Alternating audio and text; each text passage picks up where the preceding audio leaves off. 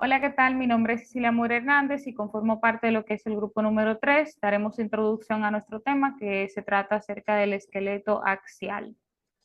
El esqueleto axial incluye el cráneo, la columna vertebral, las costillas y el esternón.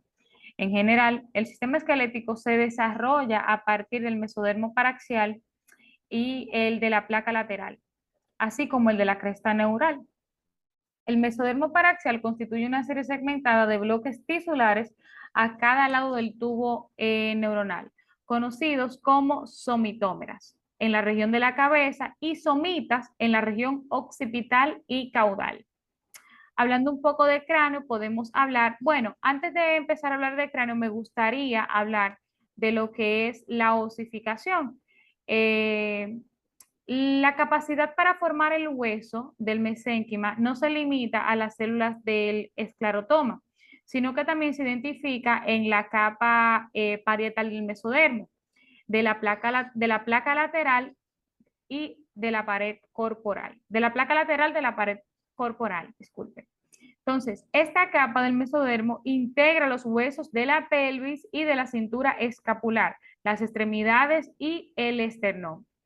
El resto del cráneo deriva de los somitas occipitales y los somitómeros. En algunos huesos, como ocurre con los huesos planos del cráneo, el mesénquima de la dermis se diferencia directamente en hueso, proceso conocido como osificación intramembranosa. También existe lo que es la osificación endocondral, que se forma por las células mesenquimatosas que dan primer origen a los moldes del cartílago hialino, que luego se convierte en el hueso mediante la osificación endocondral, que es la que expliqué anteriormente. Ya conociendo esto, podemos hablar un poco acerca de lo que es el cráneo. Pasamos a la siguiente, un momentito. Ok. Entonces, el cráneo puede dividirse en dos partes. Un neurocráneo que forma una cubierta protectora en torno al encéfalo y un viscerocráneo que constituye el esqueleto de la cara. Si podemos ver en esta imagen en donde se habla del desarrollo del somita, que era lo que explicaba anteriormente, las células del mesodermo paraxial se disponen en torno a una cavidad pequeña. Por ejemplo, estos serían, no me quiere puntar el puntero. Bueno, ahí podemos ver los pliegues neuronales, la notocorda y la pared ventral del somita. Podemos también ver esta predisposición del escleratoma y la aorta dorsal y el tubo neural. Como consecuencia de una mayor diferenciación, las células en la pared ventromedial pierden su disposición epitelial y adquieren características mesenquimatosas. Hablando entonces ahora podemos hablar acerca de lo que son, o bueno, en esta parte podemos ver lo que es el hueso del cráneo de un feto de 3 meses de edad en el que se aprecia la determinación de las espículas óseas a partir de los centros de osificación primaria en los huesos planos de esta estructura.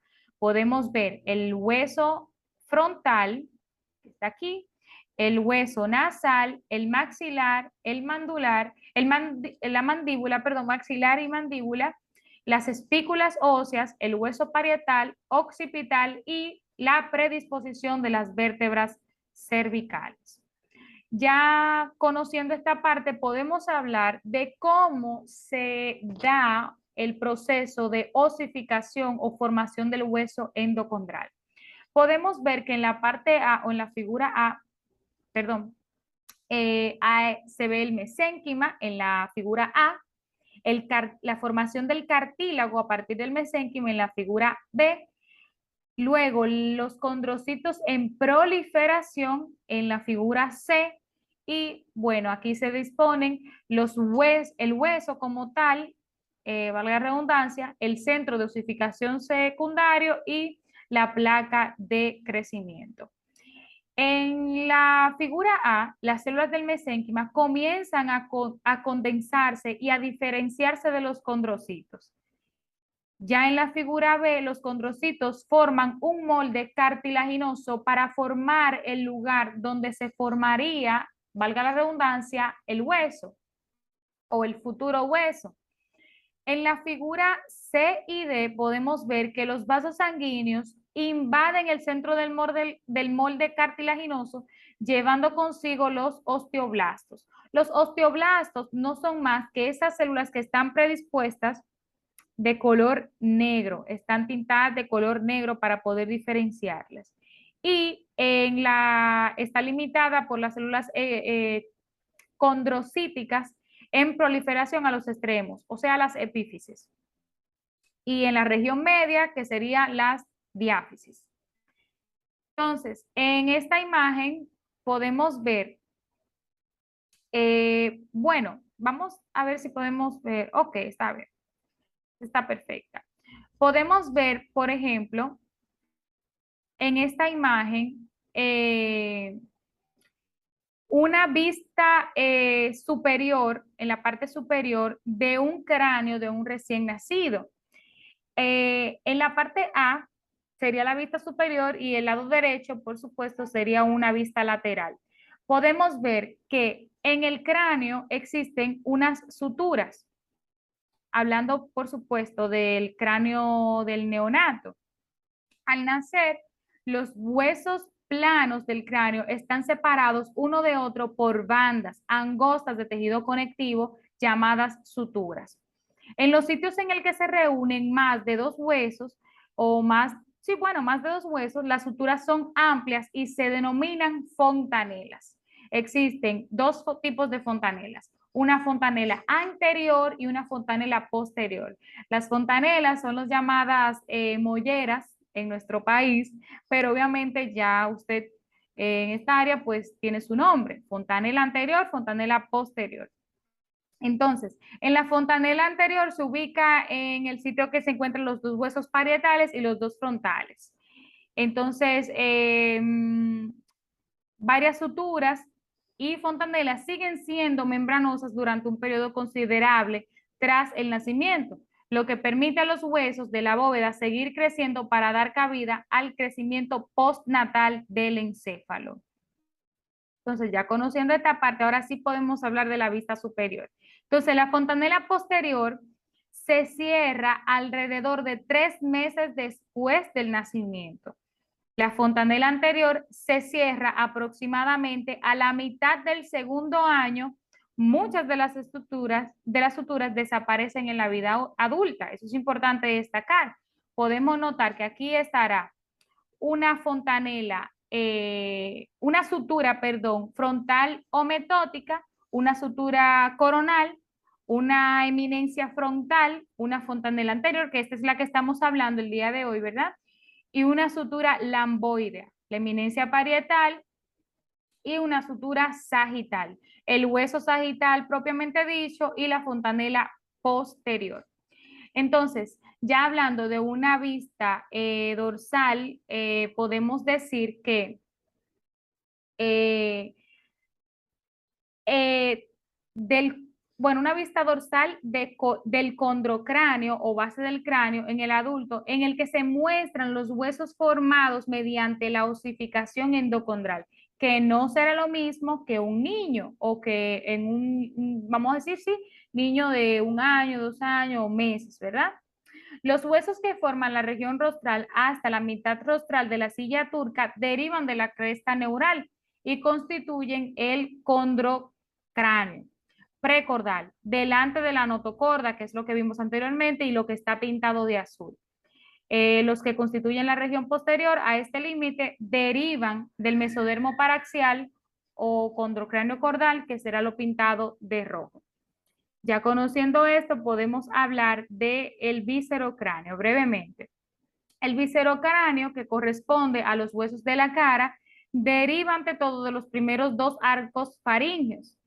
El primer arco da origen a la porción dorsal o proceso maxilar que se extiende hacia adelante por debajo de la región del ojo y da origen al maxilar, al hueso cigomático y la parte del hueso temporal. La porción ventral, el proceso mandibular, contiene cartílago de Meckel El mesénquima en torno al cartílago de Meckel se condensa y presenta osificación intramembranosa para dar origen a la mandíbula más adelante. Y bueno, más tarde al yunque, el martillo y el estribo, ¿verdad? Que será parte de la osificación de los huesecillos que inician en el cuarto mes y lo convierten los primeros huesos en alcanzar la osificación completa.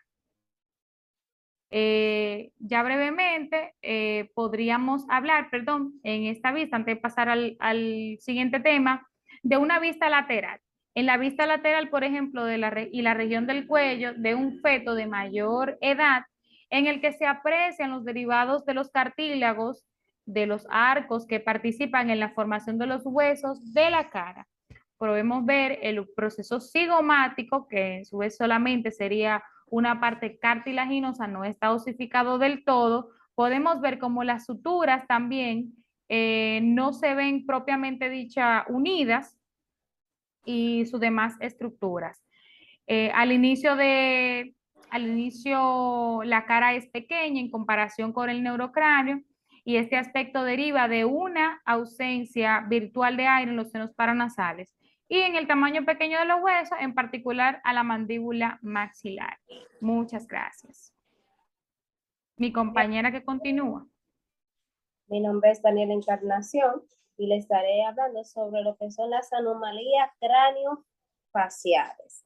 En esta tenemos la célula de la cresta neural, que esta se origina en el neuroectodermo, también forma el esqueleto facial y una parte del cráneo. Tenemos también una acrania. ¿Qué pasa? Que en algunos casos la bóveda craneal, que es la parte superior del cráneo, no se forma y el tejido del encéfalo expuesto al líquido amniótico se degenera ocasionando una anencefalia. ¿Qué pasa? Que en este caso los bebés no logran sobrevivir con graves anomalías del cráneo y del encéfalo. También tenemos en la imagen, como vemos aquí, la craneosinostosis. ¿Qué pasa? Que otra categoría importante de anomalías craneales se debe a que el cierre prematuro de una o varias suturas. Se le da el nombre, como ven en la pantalla, como le dije anteriormente, craneosinostosis. ¿Qué pasa? Que esto ocurre de uno de cada 2.500 nacimientos, vamos a suponer, y es un rasgo de más de 100 síndromes genéticos, o sea que no hay forma de que un bebé en este estado pueda quedarse con vida. ¿Qué pasa con esta imagen que tenemos aquí? Estos niños tienen el escasocefalia causada por el cierre prematuro de la misma estructura sagital. Pasa a la siguiente imagen, por favor. Aquí tenemos estas dos tomografías computarizadas del cráneo, que esto muestra forma alargada y estrecha, como ven esa imagen de la cabeza con abultamiento de la región frontal, que es la que ven de frente. Por favor, Cecilia, señálala. Y tiene la parte occipital, que es la parte detrás del cráneo.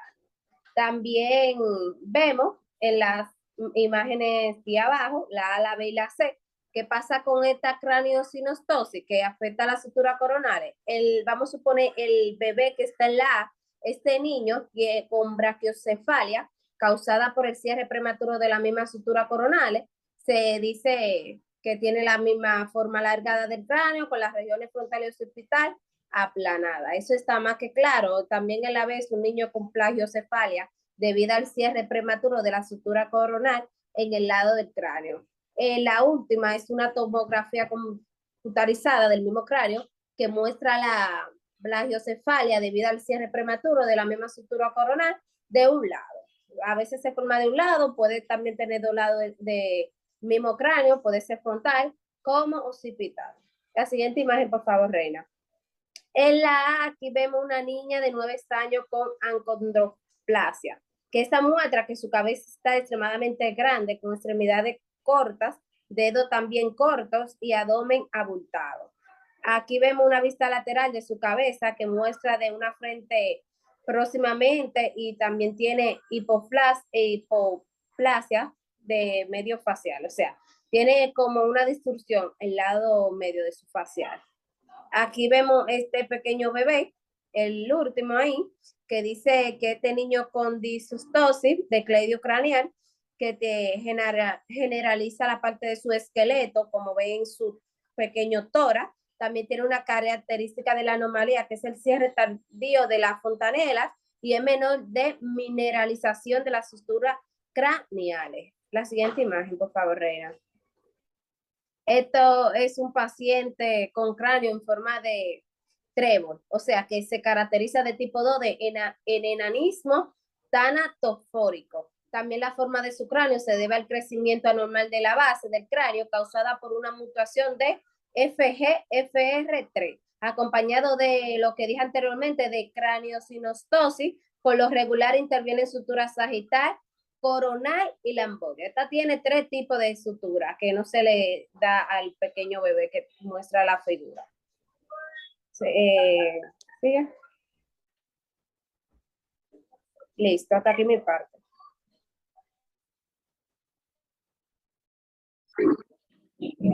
Dando continuidad a la exponencia, vamos a proseguir y a comentar sobre el origen y algunas malformaciones de las costillas y el esternón que se desarrollan a partir del desarrollo embrionario.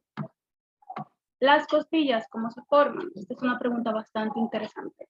La porción ósea de cada costilla deriva de las células del esclerotomas que permanecen en el mesodermo paraxial y crecen a partir de la apófisis costales de las vértebras torácicas. A mi derecha podemos observar una vértebra torácica. Esta porción es el proceso costal, es decir, que a partir del proceso costal se va a formar, va a crecer una costilla. Acá tenemos un mapa conceptual, un esquema más organizado que nos dice el origen de cada órgano. La costilla tiene el origen mesodermo paraxial desde las vértebras torácicas. Los cartílagos costales tienen su origen en las células del esclerotoma que migran a la placa lateral adyacente. El esternón, por su parte, se desarrolla de manera muy independiente de la capa parietal del mesodermo, de la placa lateral en la pared ventral del cuerpo. ¿Cómo se forma? Se forma de 2 bandas esternales en la capa parietal, esta es somática, del mesodermo de la placa lateral de cada lado de la línea media. Aquí podemos ver en la imagen, son esas 2 líneas parietales que a su vez se fusionan. Aquí en esta imagen podemos observar la fusión de esta 2 líneas para formar el esternón. En esta porción superior y anterior, se nota cómo se funde para formar el manubrio del esternón. Y para formar también los segmentos del cuerpo y del apéndice sifoides del esternón.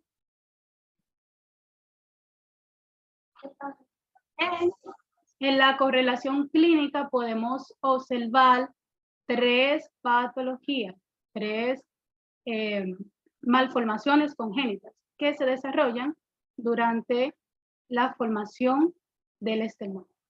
La hendidura esternal es un defecto poco frecuente y puede ser completa o afectar cualquiera de los 2 extremos del esternón.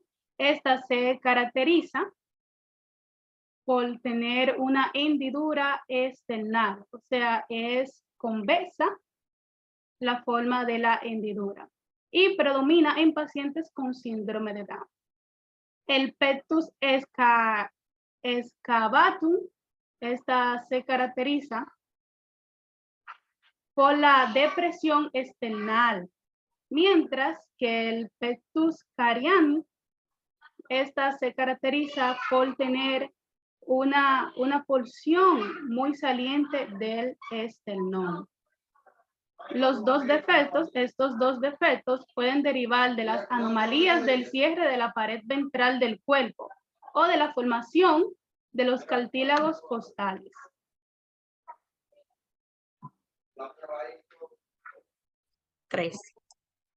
Hola, yo soy Chanely Rivera y les estaré hablando acerca de vértebras y la columna vertebral.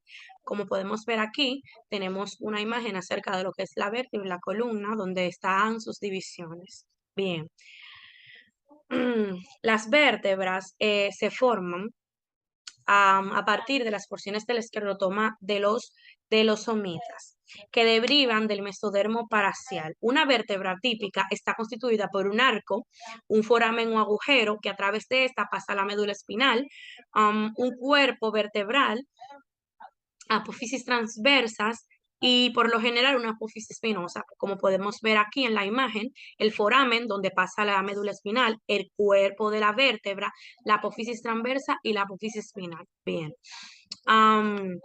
Durante la cuarta semana, las células del esclerotoma migran en torno a la médula espinal y la notocorda para mezclarse con las células del somita en el lado opuesto del tubo neural. Al tiempo que el desarrollo avanza, la porción del esclerotoma de cada somita también experimenta un proceso denominado resegmentación. Esta ocurre cuando la mitad caudal de cada esclerotoma crece y se fusiona con la mitad cefálica del esclerotoma subyacente, como podemos ver aquí en la imagen de la derecha. Bien, ahora vamos con la formación de la columna vertebral. Aquí podemos ver la columna vertebral en sus distintas fases. Las células mesenquimatosas ubicadas entre las regiones cefálicas y caudal del segmento original del esclerotoma no proliferan, sino que ocupan el espacio entre dos cuerpos vertebrales precartilaginosos. De este modo contribuyen a la formación del disco intervertebral, como aquí podemos ver que está en azulito. Bien, si bien la notocorda involuciona por completo en la región de dos cuerpos vertebrales, persiste y crece en la zona del disco intervertebral, ahí contribuye al núcleo pulposo, como podemos ver acá. Bien, que más tarde queda circundado por las fibras periféricas del anillo fibroso. Unidas, estas dos estructuras constituyen al disco intervertebral. Como podemos ver aquí, el núcleo pulposo que está ya formado y se hace el disco intervertebral. Al tiempo que se forman las vértebras, se establecen dos curvaturas primarias en la columna, la curvatura torácica y la sacra. Vamos a ir a la imagen principal donde habla de la curvatura torácica, que podemos ver aquí, y la sacra, dos curvaturas. Bien. Más adelante se definen dos curvaturas secundarias, la curvatura cervical, al tiempo que el lactante aprende a sostener su cabeza erguida, y la curvatura lumbar que se forma cuando aquel aprende a caminar. Aquí no tengo una imagen de un lactante, pero sí podemos ver aquí ya de un adulto, donde habla de las cervicales, que son para mantener el cuello erguido, y las lumbares ya cuando el lactante empieza a caminar. Bien, ahora vamos a hablar acerca de las correlaciones clínicas con mi compañera Vianney Castillo. Hola, mi nombre es Vianney y les estaré hablando sobre las correlaciones clínicas. Dentro de las correlaciones clínicas de las vértebras tenemos lo que es la escoliosis, que consiste en la desviación lateral o desviación hacia la izquierda o a la derecha de la columna vertebral. Como podemos ver en la imagen, los órganos, se encuentran los hombros desnivelados, la curvatura de la columna y la cadera desnivelada también. Tenemos otra correlación que es la cifosis, es una curvatura anómala de la columna vertebral y suele tener relación con la osteoporosis. No tenemos cura y esta puede durar años o toda la vida y es más común en mujeres de avanzada edad. Luego tenemos lo que es la lordosis, que es una malformación de la columna vertebral donde puede visualizarse una curvatura hacia adentro de la zona inferior de la espalda. Esta puede estar ligada a otras malformaciones como son la artritis, la distrofia muscular y el enanismo. Y por último tenemos la tortícolis, que es una afección poco frecuente en la que los músculos del cuello se contraen y provocan que la cabeza se incline hacia un lado. Esta puede ser hereditaria o aparecer en el momento del nacimiento. Puede desaparecer sin tratamiento. Esto es todo. Muchas gracias. Gracias.